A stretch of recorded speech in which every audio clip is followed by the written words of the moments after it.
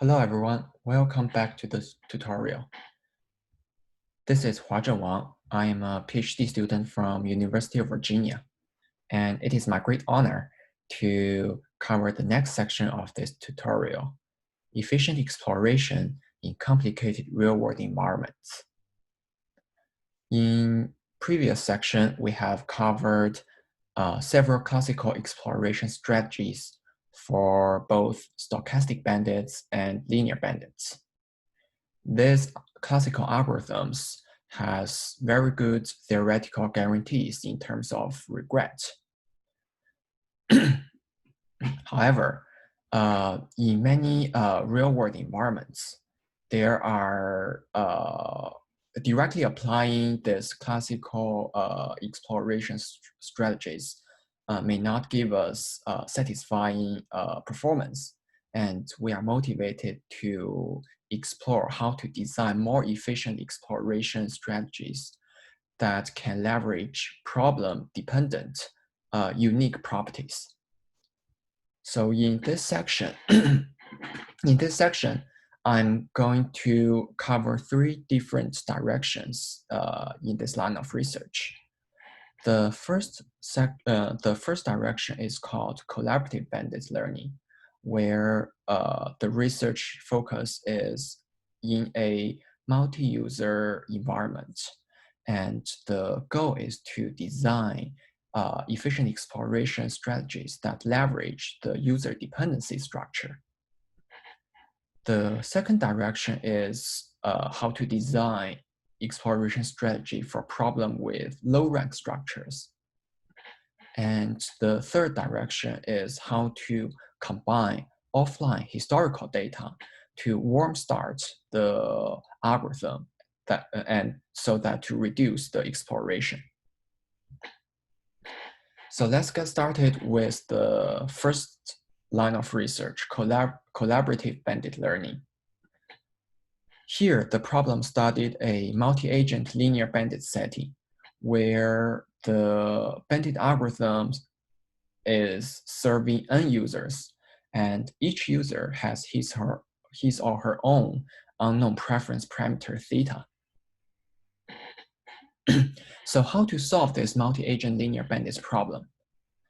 A naive approach is to build an independent linear CB for each user. Is this naive solution satisfying? The answer is not. There are two main drawbacks. The first is because if we are building independent linear CB for each user, then for each user, we will be facing the cold start challenge and needs a lot of exploration iterations to learn the user's preference. And the second observation is users are actually not independent to each other. On the contrary, users are highly correlated and also influencing each other via social networks. So the goal of collaborative bandit learning is to leverage user dependency to design efficient exploration strategies. There are two types of works. The first type of works in this line is to try to leverage existing user dependency information, for example, the connectivities or the social network informations. The second type of the research is try to solve the problem when the user dependency information is unknown and aims to discover this dependency structure on the fly via clustering technique. So the first work we are going to introduce is Goblin algorithm that leverage a existing user connectivity information for exploration. So here the assumption of Goblin algorithm is that connected users are assumed to share similar model parameters to each other. Based on this assumption, the algorithm you designed a graph Laplacian-based regularization upon ridge regression to model the user dependency. Specifically, the regularization term in Goblin algorithm includes two parts. The first part is, as we can see here, is the classical L2 regularization on each user i's own parameter estimation theta I. While the second term is the regularization over connected users. So the assumption is that when two users I and j are connected to each other in the graph E, then they should share similar parameters, and thus the algorithm tries to penalize the difference between theta I and theta j. And what is the effect of this regularization? An illustrative example is like this. Say here we have 4 users that are connected to each other. So based on the assumption, they should share similar parameters. And let's look at, for example, for user 1, his parameter theta 1 will be moved closer to his friends, user 2, 3, and 4, and via this regularization.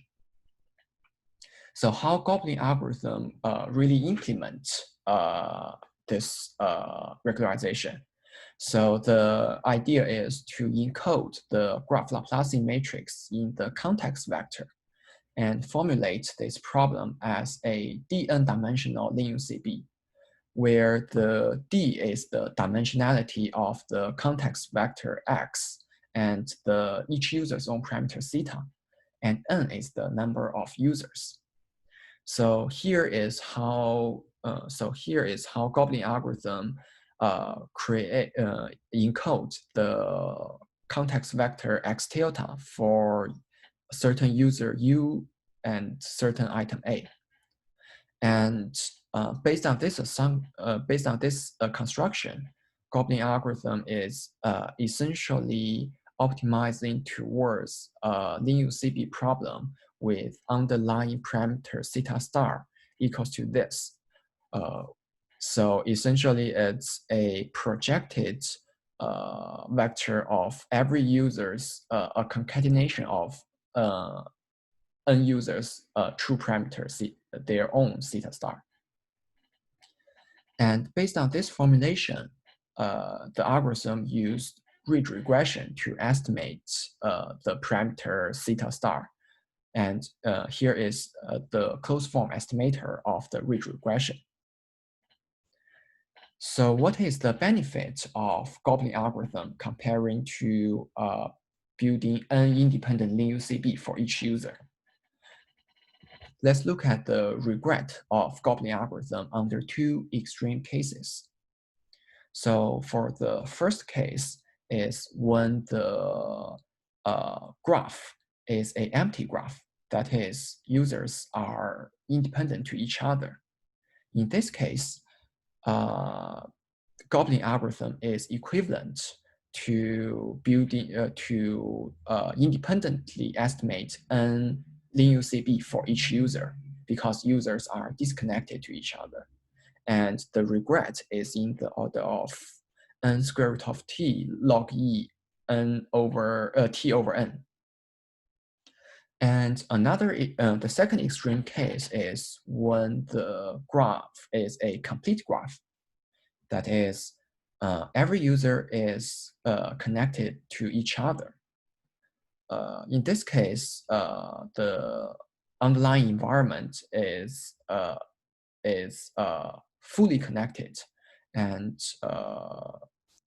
Goblin algorithm reached a minimum regret, because every users are connected to each other, and every user is similar to each other. So in that case, Goblin algorithm can really leverage this regularization term for faster parameter estimation and exploration.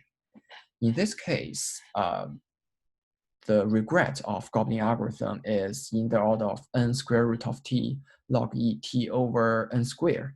So which we see a regret reduction in the log term, in the log t term, and which is the benefit of leveraging the regularization or leveraging the user dependency structure in the Goblin algorithm. So following up, we will cover another work called coding algorithm that also leverage the user dependency structure, but in a different way. So coding algorithm, the assumption is there exists social influence among users that tries, and the algorithm tries to model the content and opinion sharing in a social network W. So here is an example. The assumption is the rewards of a user on an item should be a weighted average of expected reward among his friends. And the weight is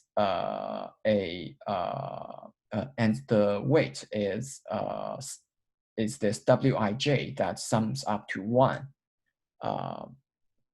So for example, so what's the meaning of this social influence network W? It essentially tries to describe the influence of one user to the other. For example, if we look at the matrix here, we see that for user 4, 50% of his opinion comes from his own preferences, and another 50% of his opinion comes from his friend user 3's opinion. So this is the assumption of how content and opinion sharing happens via this social network. And by realizing this social network W, we can, the coding algorithm also formulates the problem as a dn-dimensional LinUCB, where the way of encoding the user dependency structure W is slightly different from Goblin algorithm. And after the construction of the context vector, then one can still use the ridge regression to estimate the model parameter of coding algorithm. And here is the regret of coding algorithm. And similarly, we consider that we consider 2 extreme cases to show the advantage of coding algorithm. So the first case is when the graph is an empty graph that users are independent to each other. In that case, the social network matrix W is equals to identity matrix, which means every user's opinion is only depends on his or her own preference and independent from any other users in the network.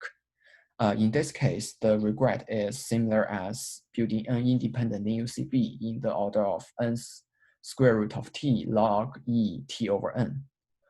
While when the second extreme case is when users are highly correlated to each other and the dependency matrix W equals to uniform matrix. That is, every element in the matrix equals to 1 over n. In this case, we will see that the environment has a maximum opinion sharing among this network. And the algorithm can fully leverage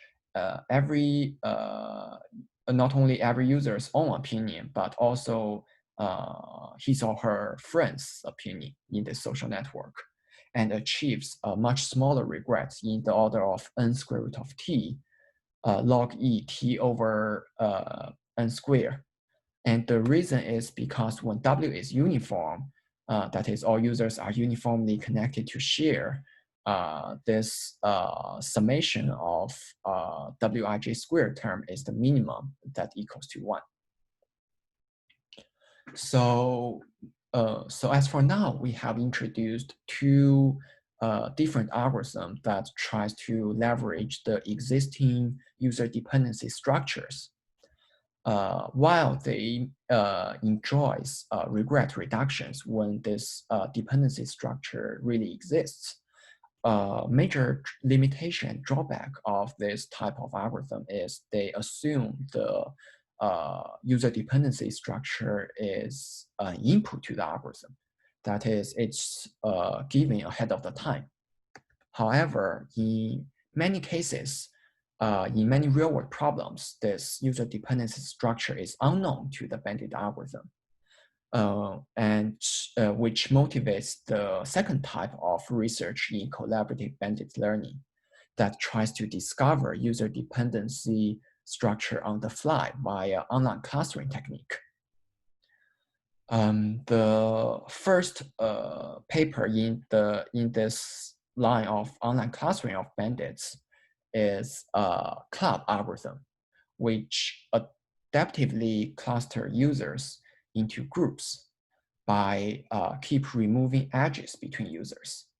So the algorithm starts with a fully connected graph that assumes every user belongs to the same big cluster. And how club algorithm remove the edges. So the threshold to remove edges is based on the closeness of the user's models.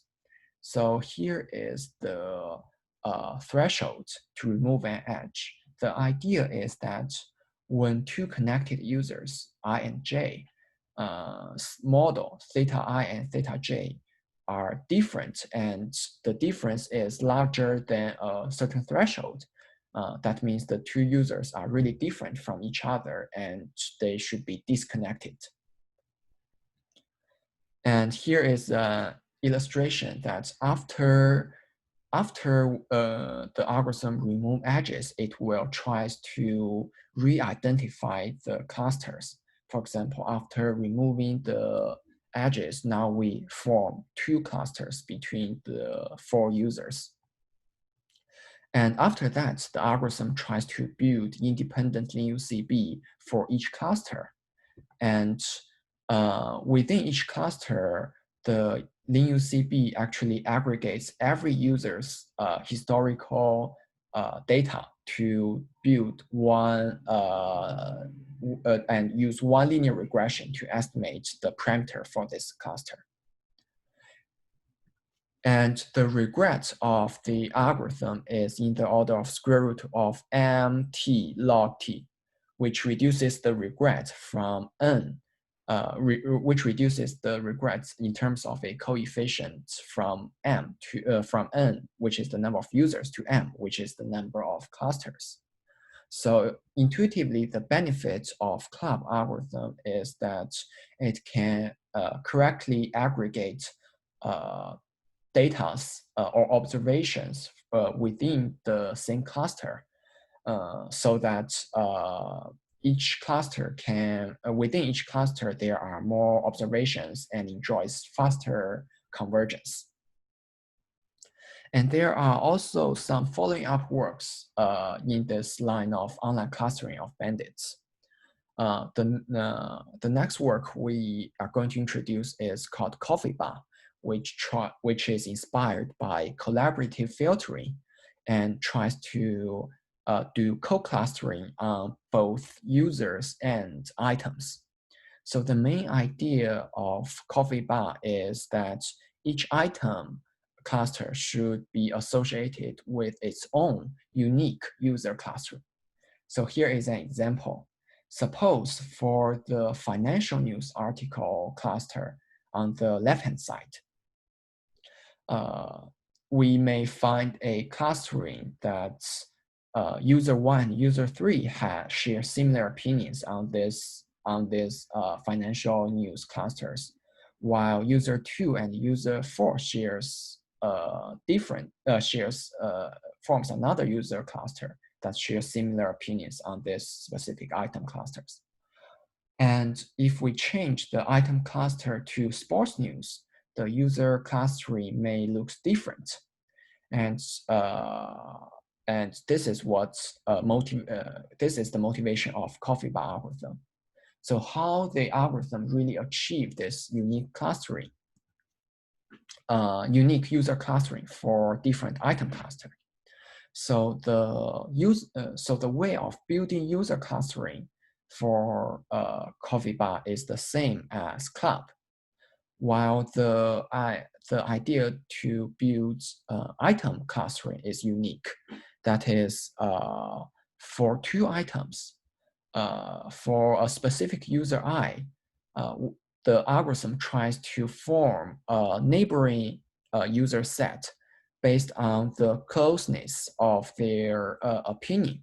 That is, for example, for this user 1, the algorithm will try to see who are the users that share similar opinions for these item clusters. And if for the 2 items, the user I will form different neighboring user sets, then that means the 2 items should not belong to the same item cluster, and the algorithm will remove an edge between the 2 items. And the next work we are going to introduce is called CAP, that tries to do context-dependent clustering. So this is even more flexible clustering strategies that for current user I, the algorithm tries to find the neighboring user set for every candidate item XA.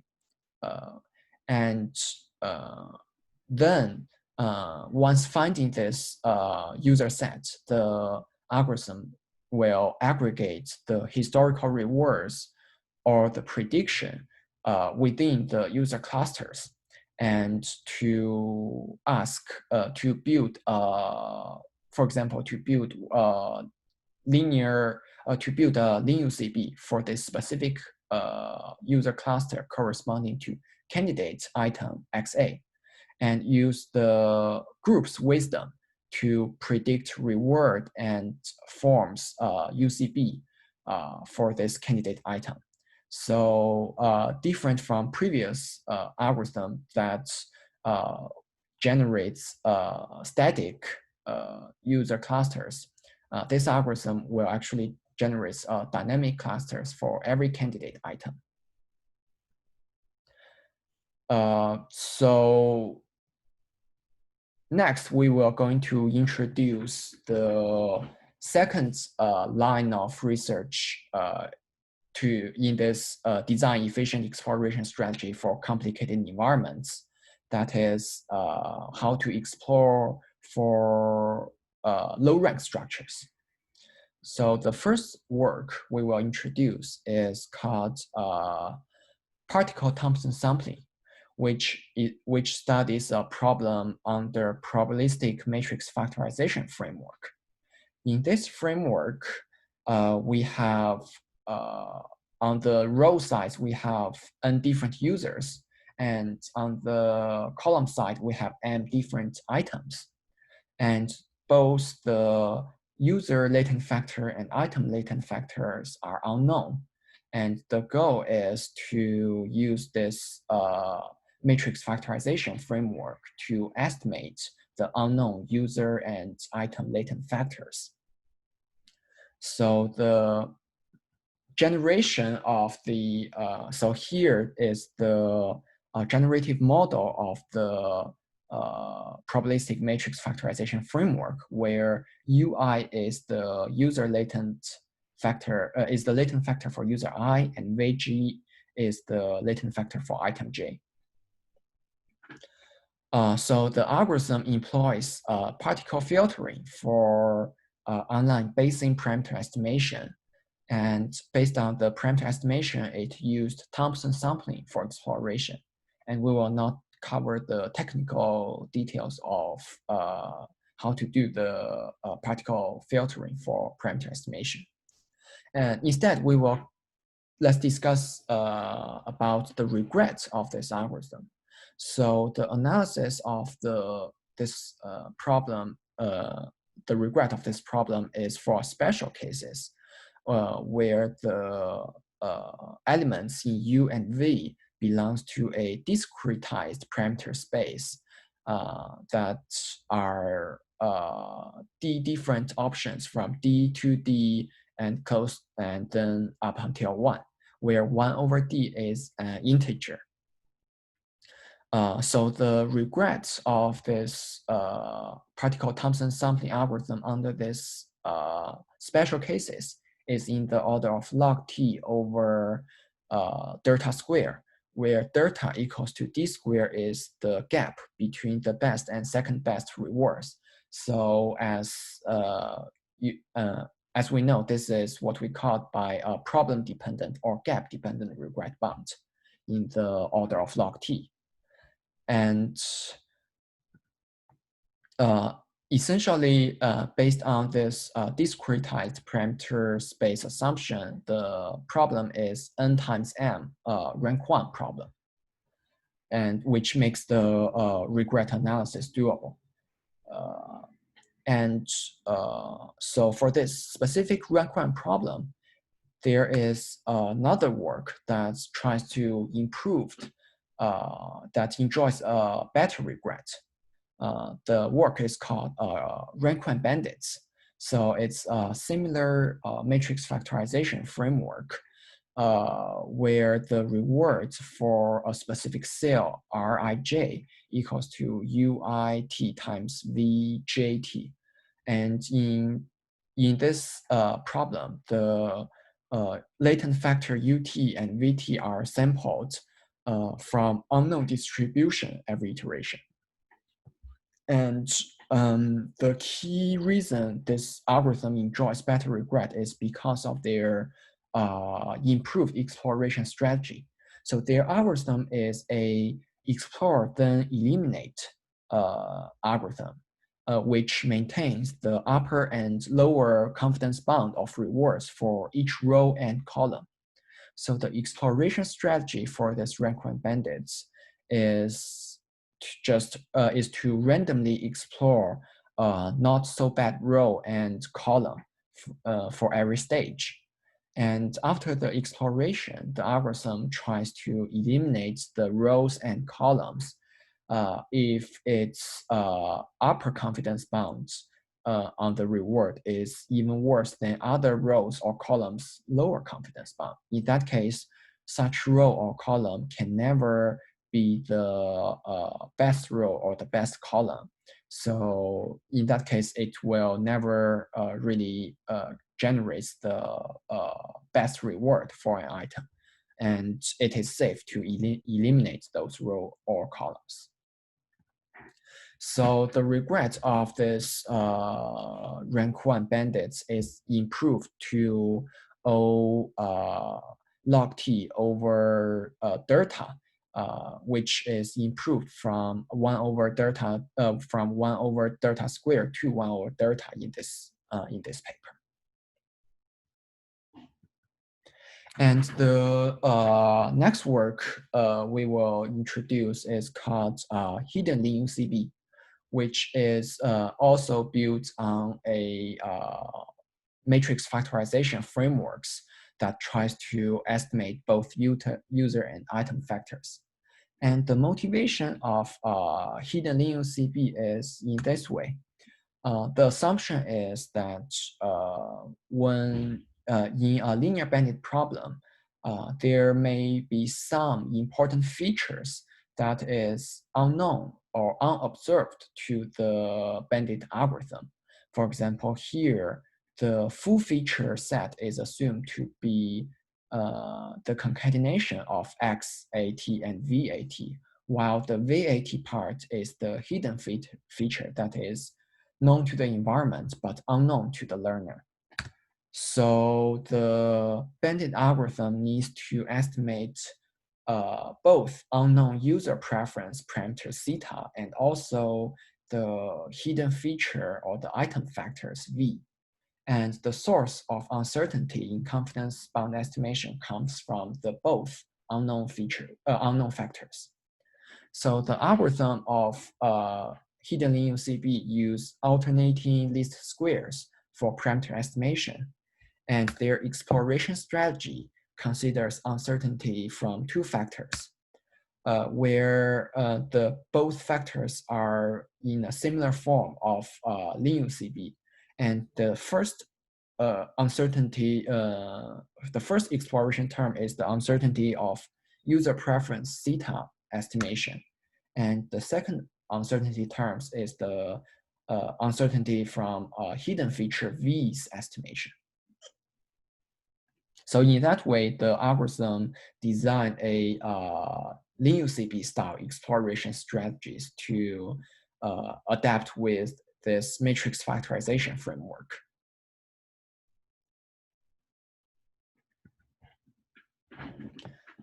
The third line of research in this section is warm start exploration. So the motivation also comes from real-world problem. That is, in many real-world applications, we may have some offline data, for example, from human annotations, even before a bandit algorithm starts. And the main challenge is how to leverage this historical data to warm start the model so that we may reduce the need of exploration, because we all know that exploration can be costful. The key challenge of this problem is historical data could come from different distributions. For example, in a linear bandit setting, the historical data may be generated by a parameter theta prime, while the environment actually follows another parameter theta star. In that case, we cannot simply just aggregate or concatenate the offline data as the historical observation of the bandit algorithm, because that will inevitably introduce a huge bias into the environment estimation. So in order to solve this challenge, recent work called adaptive reweighting algorithm is developed. And this algorithm is based on the classical epsilon-greedy algorithm. And the idea is to reweight the historical data based on bandit algorithm observation. And essentially, the algorithm tries to learn weight lambda on historical data and another weight on and then we can have a weight 1 minus lambda on bandits observations. And the key challenge is to use a online model selection to pick the corresponding weight lambda, which is predefined in a candidate set that is in the range of 0 to 1. In their paper, so this is a hyperparameter, and in the paper, the candidate lambda are set to 8 different values, varying from 0.1 to 1. And the algorithm, essentially the algorithm can achieve a great regret reduction when the historical data and the environment have similar distribution, which is intuitive because if historical data and environment indeed have similar distributions, then we can have a higher weight on historical data, and which means we can leverage more information to warm start the bandits. However, if the historical data and the environment are different, then in order to avoid introducing bias, the algorithm will find a smaller weight lambda.